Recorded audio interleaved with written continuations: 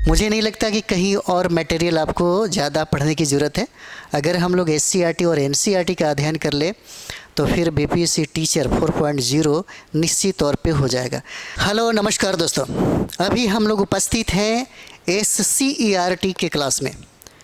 6 class का, छठी class का हम लोग एससीईआरटी पढ़ रहे थे और आज का जो क्लास है हमारा ये दूसरा क्लास हो जाता है। पहला क्लास में हम लोगों ने देखा, एक छोटा सा परिचय था।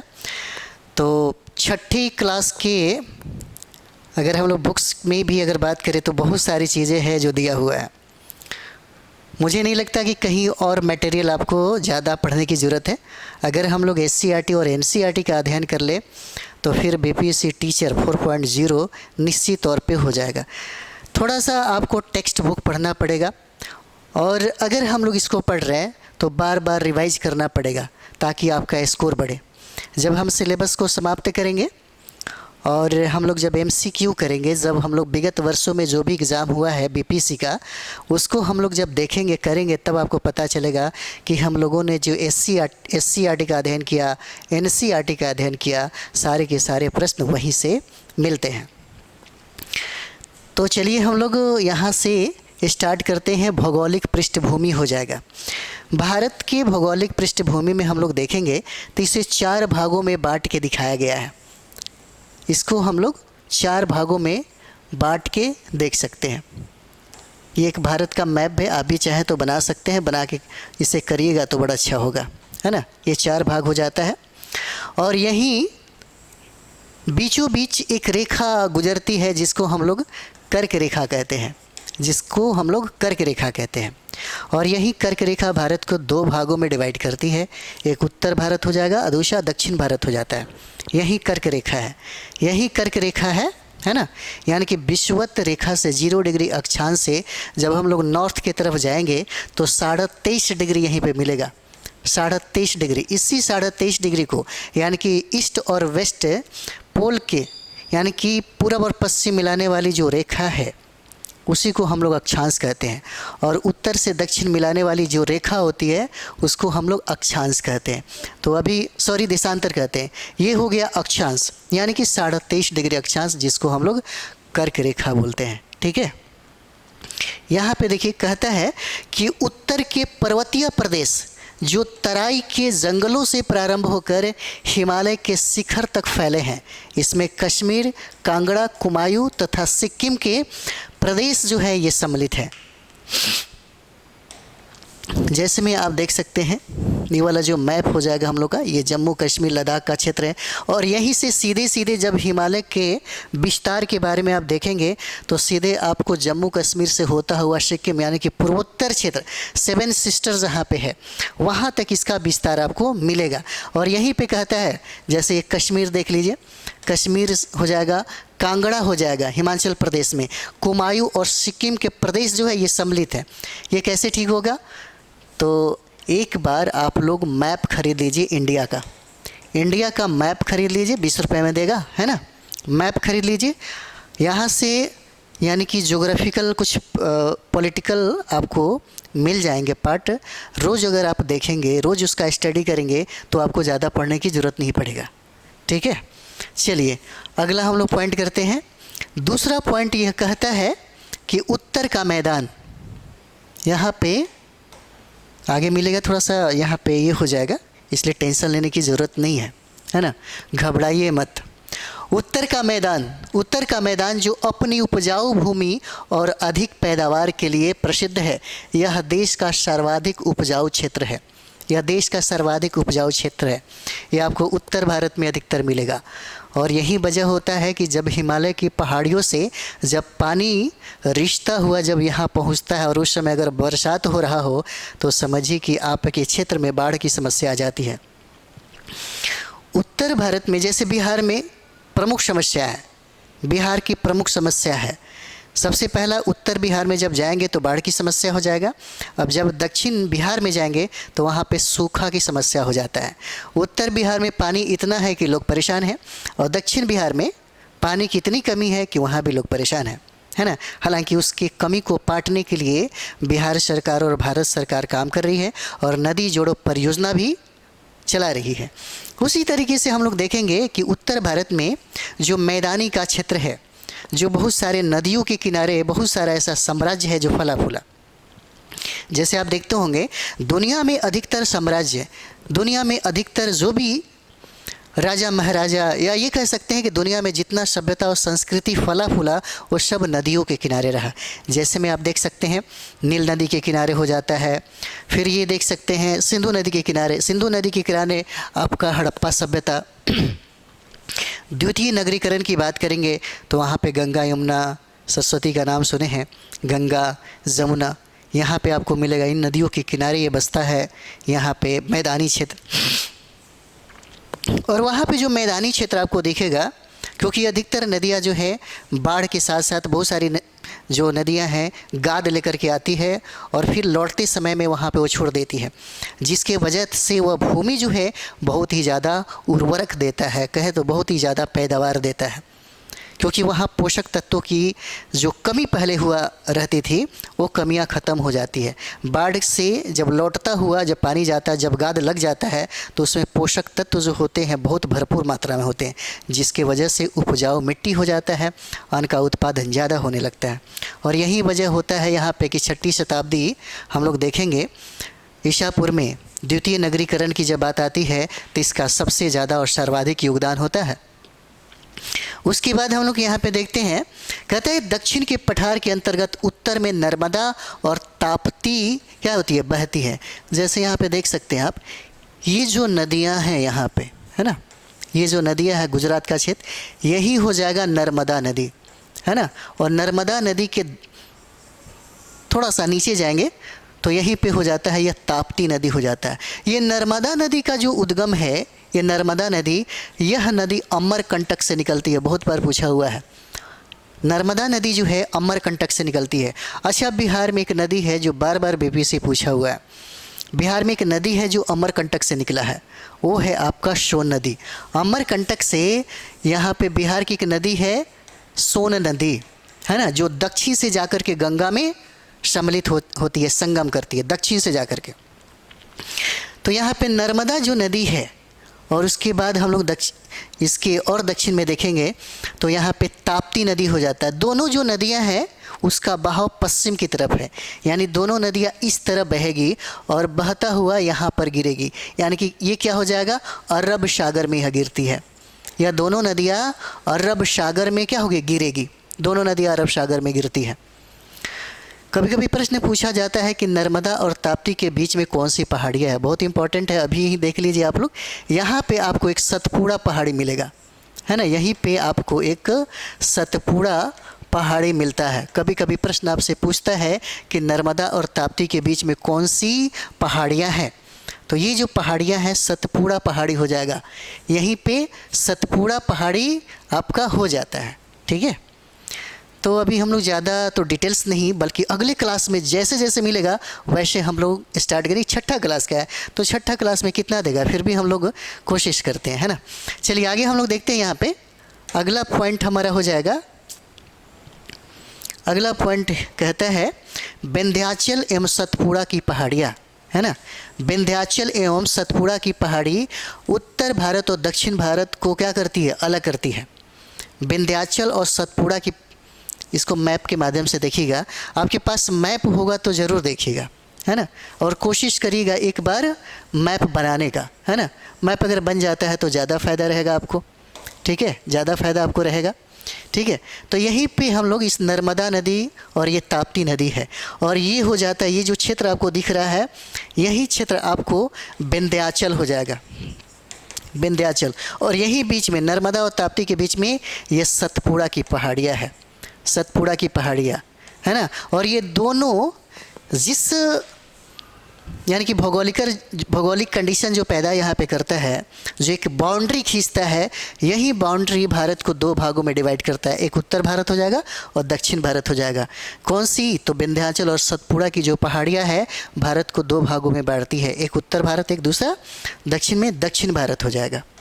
चलिए आगे देखते हैं। सुदूर दक्षिण के, यहाँ पे देख लिया जाए, अगला पॉइंट यहाँ कहता है कि सुदूर दक्षिण के मैदान में गोदावरी, कृष्णा तथा कावेरी के उपजाऊ डेल्टा वाले प्रदेश पाए जाते हैं। जैसे दक्षिण भारत जब जाएंगे आप तो वहाँ पे गोदावरी, कृष्णा तथा कावेरी ये जो नदियाँ हैं, ये नदियों के तलहटी में यानी कि बहुत ऐसे किलोमीटर का एरिया है, जो क्षेत्र है उसमें वो सबसे ज़्यादा यहाँ पे उपजाऊ क्षेत्र हो जाता है। सर्वाधिक उपजाऊ क्षेत्र आपको मिलेगा यहाँ पे। अब आते हैं, आपका इम्पोर्टेंट फैक्ट मिलेगा, है ना। अब आपका जो है यहाँ पे बहुत सारा इम्पोर्टेंट फैक्ट मिलता है और एग्ज़ाम के व्यू से बहुत ही भी आई है।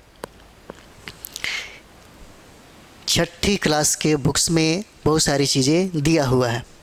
हम लोग सब चीज़ करेंगे, छठा, सातवां, आठवां, नौवां, 10वां, 11 जहाँ तक हो सके उसे ख़त्म करेंगे।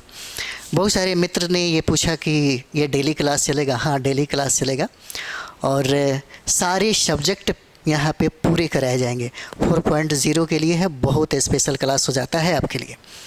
तो चलिए, दर्रा का मतलब क्या होता है? दर्रा, है ना। यहाँ दर्रा कहता है यानी कि दो पहाड़ियों के बीच में आने जाने का जो रास्ता होता है उसी को हम लोग दर्रा कहते हैं। और एकदम पतला रास्ता होता है, संकरा रास्ता होता है। और यही दर्रा से बहुत सारे आक्रमणकारी जो हैं भारत में प्रवेश करते हैं। कुछ दर्रा का हम लोग चर्चा करेंगे, क्योंकि बहुत सारा प्रश्न जो है इसी तरीके से पूछता है। बोलन दर्रा से कौन आया, गोलन दर्रा से कौन आया, खैबर दर्रा से कौन आया। इस तरीके से जो दर्रा है, जहाँ से डायरेक्ट सवाल पूछे जाते हैं। जब दर्रा की बात आती है तो याद आ रहा है बहुत सारे ऐसे दर्रा है ना। तो चलिए हम लोग यहाँ पे देखते हैं खैबर दर्रा, है ना।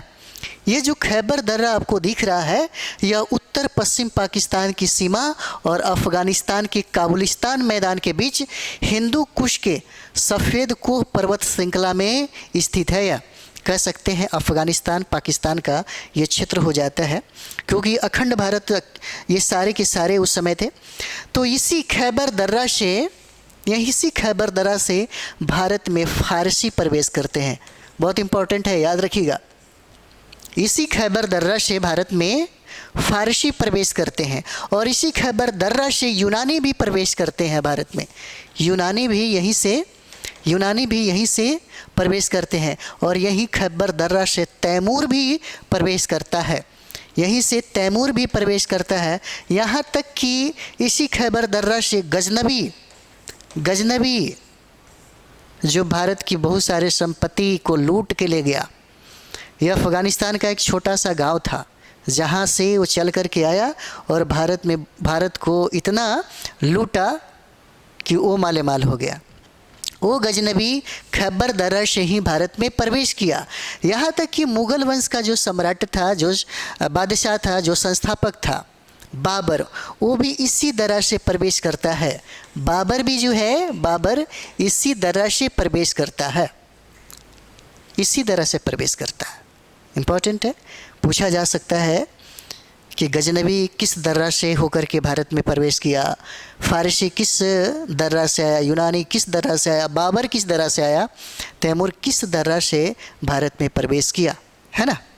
तो ये हो जाएगा खैबर दर्रा। क्या हो जाता है? खैबर दर्रा। उसके बाद हम लोग यहाँ पे देखते हैं बोलन दर्रा, है ना। बोलन दर्रा भी यहाँ पे देखिए, बोलन दर्रा पाकिस्तान में बलूचिस्तान का एक प्रमुख दर्रा है जो क्वेटा को जैकोबाद से जोड़ता है। बोलन दर्रा किसको? तो क्वेटा को, है ना, जैकोबाद से क्या करता है? जोड़ता है। एक और दर्रा है जो इसमें चर्चा नहीं किया गया है, लेकिन हम लोग चर्चा कर लेते हैं, जिसको हम लोग गोलन दर्रा कहते हैं। गोलन को हम लोग गोमल दर्रा भी कहा जा सकता है ना, गोमल दर्रा भी कहा जा सकता है यहाँ से। और यह जो है गोमल दर्रा, यह पाकिस्तान में स्थित है ना। ये जो है यह पाकिस्तान में स्थित हो जाता है, गोमल या गोलन दर्रा, ठीक है।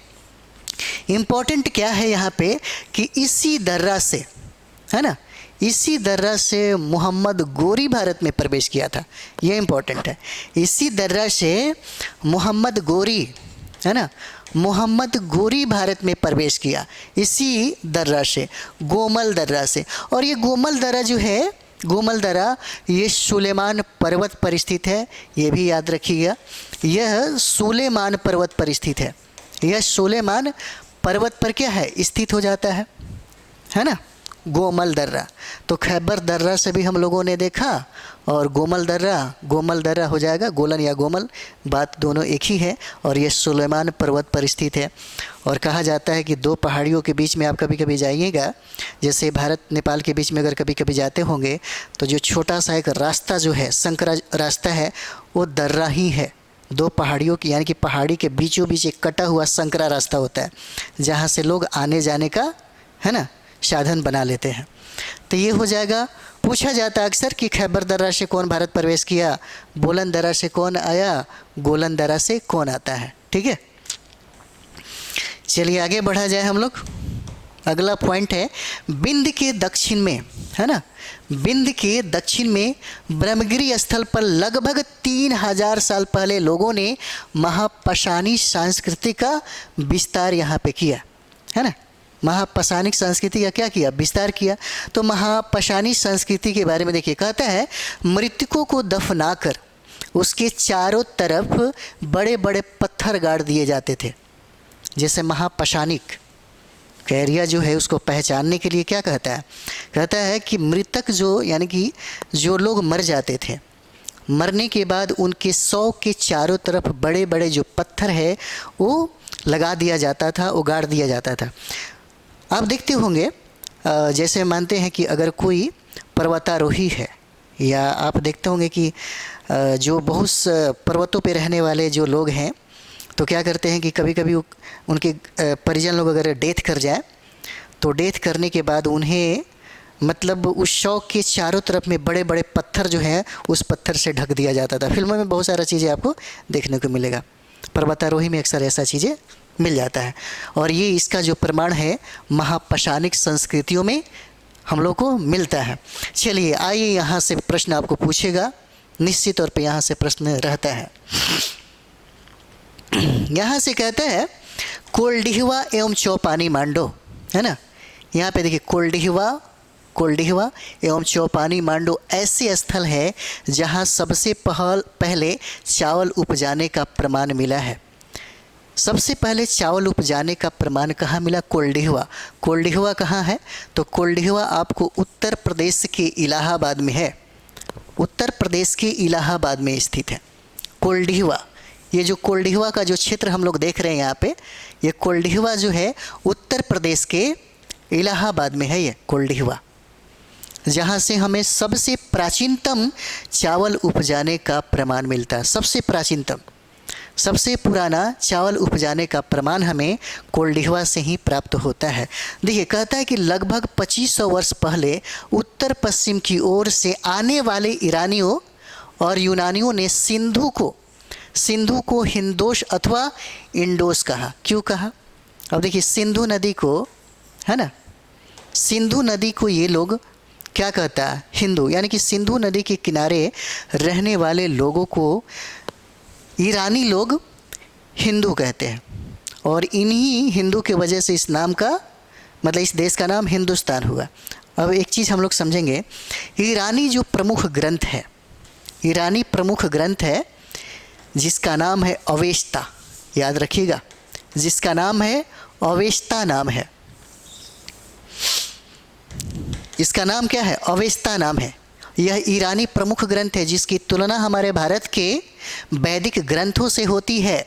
यानी कि इसकी तुलना जो है ऋग्वेद से होता है, ऋग्वेद से। किसका, ईरानी ग्रंथ है अवेस्ता। और इसी में आपको मिलेगा बहुत सारा प्रमाण। जैसे में आप देखिएगा तो इनके ग्रंथों में ह को श कहा जाता था, इसीलिए यहाँ पे देखिएगा स को ह कहा जाता था, है ना। तो सिंधु को ये लोग हिंदू कह दिए। किसने, ईरानियों ने। ईरानी और ईरानियों ने सिंधु को हिंदोस अथवा इंडोस कहा। यूनानियों ने क्या कहा, इंडोस कहा, और ईरानियों ने हिंदू कहा, हिंदोस कहा। ठीक है, याद रहेगा कि इनके ग्रंथों में मिलता है। तो ईरानियों का एक प्रमुख ग्रंथ है, बहुत ही प्रमुख ग्रंथ है ईरानियों का, है ना। ये शमानीय ग्रंथ है जिसका नाम है अवेस्ता, और अवेस्ता में ही इसकी चर्चा मिलती है। और अवेस्ता के तुलना जो है भारत के ऋग्वेद जो ग्रंथ है हमारा, उससे किया जाता है। ठीक है, चलिए आगे हम लोग देखते हैं। कहते हैं कि मगध प्रथम बड़ा साम्राज्य था। मगध जो है प्रथम बड़ा साम्राज्य था। ये तो है ही, हम लोग अलग से पढ़ेंगे, है ना, हम लोग इसको अलग से भी पढ़ेंगे। मगध प्रथम बड़ा साम्राज्य था, अगले क्लास में हमको मिलेगा ये पढ़ने के लिए। चलिए आगे हम लोग देखते हैं। यहाँ से बहुत सारे सवाल आपको मिलने वाले हैं, यहाँ से डायरेक्ट सवाल पूछे जाते हैं। देखिए कहता है यहाँ पे कि मध्य प्रदेश में भीमबेटका, बुढ़नी और पंचमढ़ी है। बीपीएससी के एग्ज़ाम में ही नहीं बल्कि आप उत्तर प्रदेश का जो भी एग्ज़ाम देखते होंगे पीसीएस का, भीमबेटका से संबंधित प्रश्न पूछा गया। इतना ही नहीं, यह यूपीएससी का भी एक प्रश्न यहाँ से पूछा गया है, भीमबेटका। तो भीमबेटका कहाँ पे है?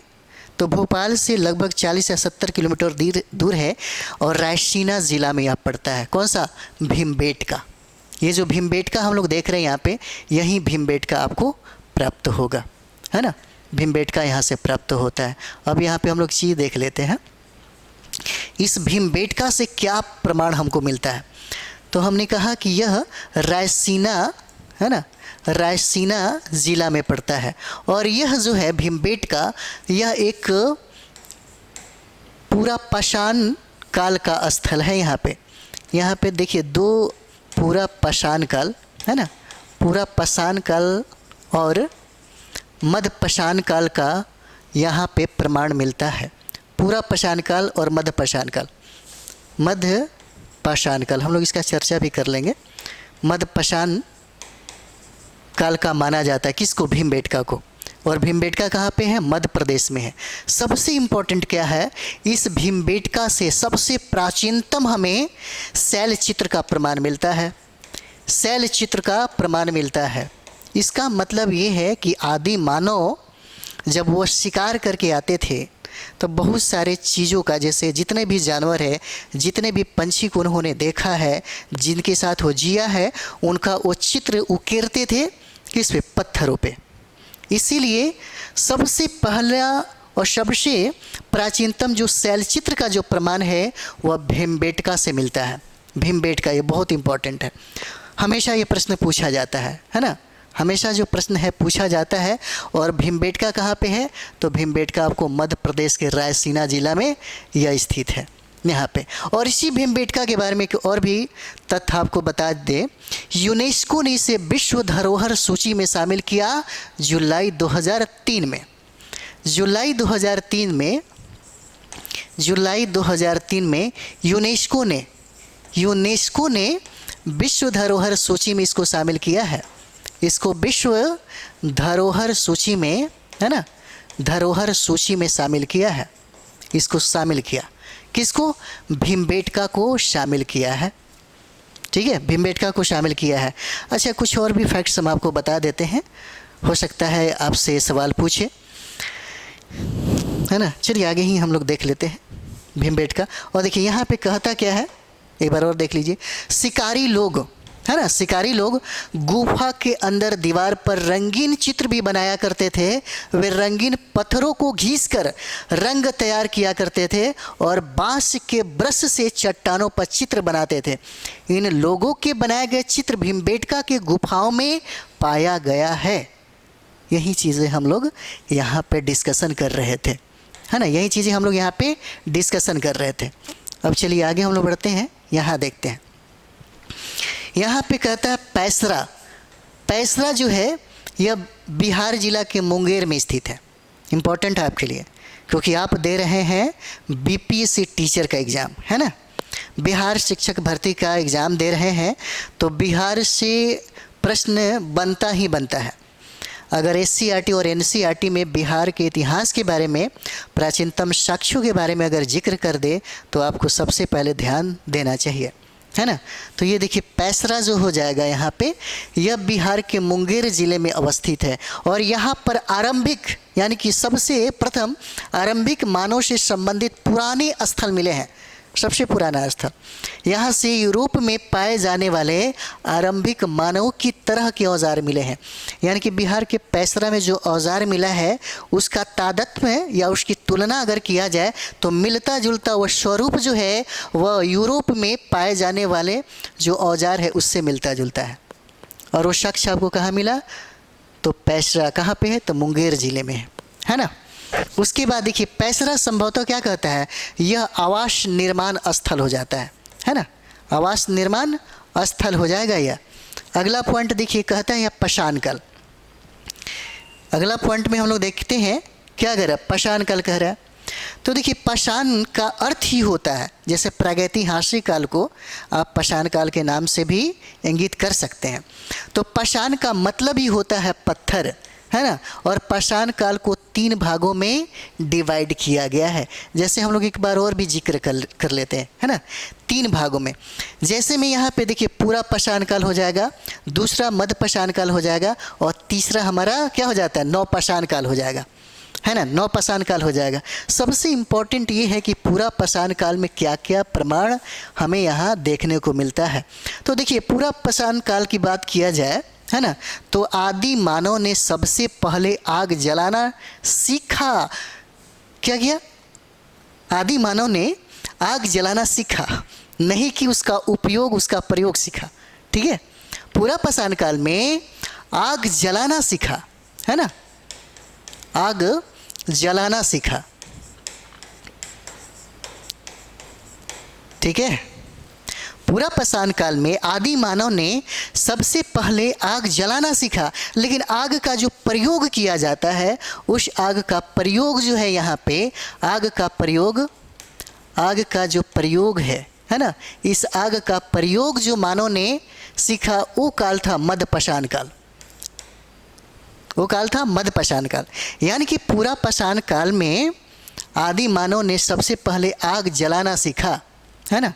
क्योंकि यहाँ पे आप देखते होंगे, यहाँ के जब हम लोग इतिहास यानी कि प्रागैतिहासिक काल, या हम लोग जब पाषाण काल को पढ़ते हैं तो हमारे पास कोई प्रमाण ही नहीं है इसको जानने का, सिवाय हमारे पास जो प्रमाण है वह प्रमाण है पुरातात्विक साक्ष्य।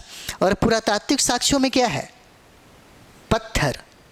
यानी कि आदि मानव ने अपने जीवन में जो प्रयोग किया, जो उपयोग किया, क्योंकि आदि मानव अपने जीवन में हमेशा किसके साथ रहा। जैसे आप लोग देखते हैं कि आज के ज़माना में तकनीकी बहुत एडवांस हो गया है ना, लोग अपने मोबाइल के बगैर नहीं रह सकता, लैपटॉप के बगैर नहीं रह सकता, बहुत ऐसा चीज़ है जिसके बगैर नहीं रह सकता। धीरे धीरे क्या हो जाता है, प्रेम करने वाले लोगों के बीच में फासला हो जाता है ना। और प्रेम सबसे ज़्यादा किससे हो जाता है, तो मोबाइल से हो जाएगा। बहुत ऐसी चीज़ है जिससे ज़्यादा अटैचमेंट होता है। कभी कभी क्या होता है रिश्तों में, रिश्तों की बात तो छोड़िए, 1 मिनट भी आपको मोबाइल के बिना अब नहीं रहा जाएगा।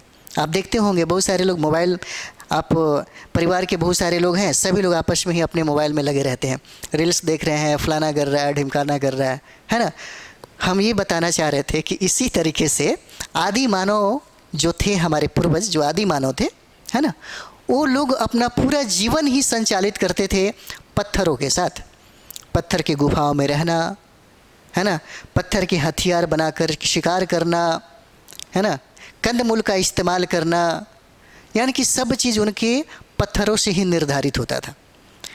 क्योंकि पूरा पाषाण काल में आदि मानव बड़े बड़े पत्थरों के औजार, बड़े बड़े पत्थरों के प्रयोग जो है वो किया है।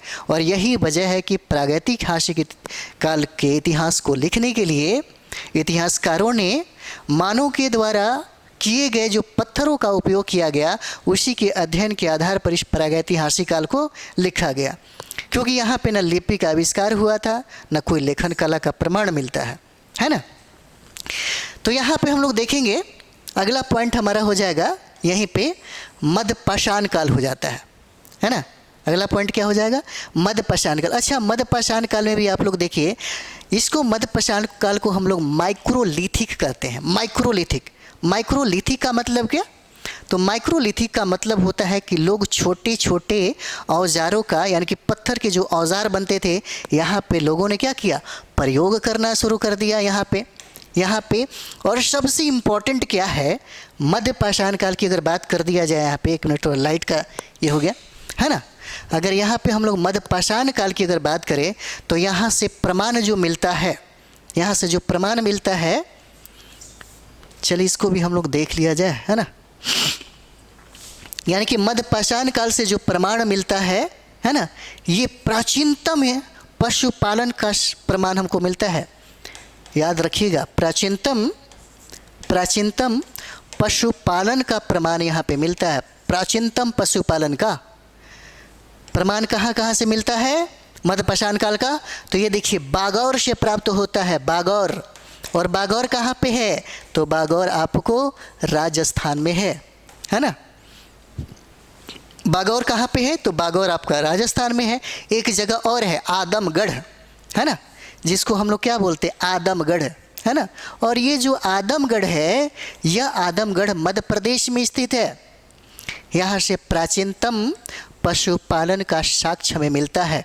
कहाँ से? मध्यपाषाण काल से हमको ये साक्ष्य मिलता है, मध्यपाषाण काल से। बहुत इम्पोर्टेंट है ये वाला, यानी कि मध्यपाषाणिक जो स्थल बागौर और हम लोग आदमगढ़ देख रहे हैं, यह प्राचीनतम पशुपालन का साक्ष्य यहाँ से मिलता है और बीपीसी से बार बार पूछता भी है, ठीक है। उसके बाद हम लोग यहाँ पे देखेंगे नवपाषाण काल को, ठीक है। इसके बाद हम लोग यहाँ पे नवपाषाण काल को देखेंगे। देखिए, नवपाषाण काल में पहिए की खोज होती है ना, पहिया की खोज होता है, पूछा जाता है यहाँ पे। यानी कि नवपाषाण काल में पहिया का खोज होता है, पहिया का क्या होता है? खोज होता है ना, यहाँ पे। और यहीं पे नवपाषाण काल के लोग थोड़ा सा डेवलप हो गए, यहाँ पे थोड़ा डेवलप हो गए, तब उन्होंने क्या किया? कृषि का काम करना शुरू कर दिया, है ना। ये यहाँ पे कृषि का काम उन्होंने शुरू कर दिया।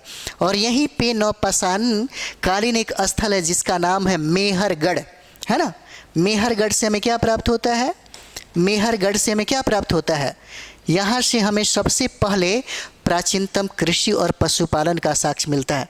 कि कहाँ से? मेहरगढ़ से। और मेहरगढ़ जो है, ये मेहरगढ़ जो है ना, मेहरगढ़ क्या प्रमाण देता है? बहुत इम्पोर्टेंट है, क्योंकि पूछा गया सवाल है ना।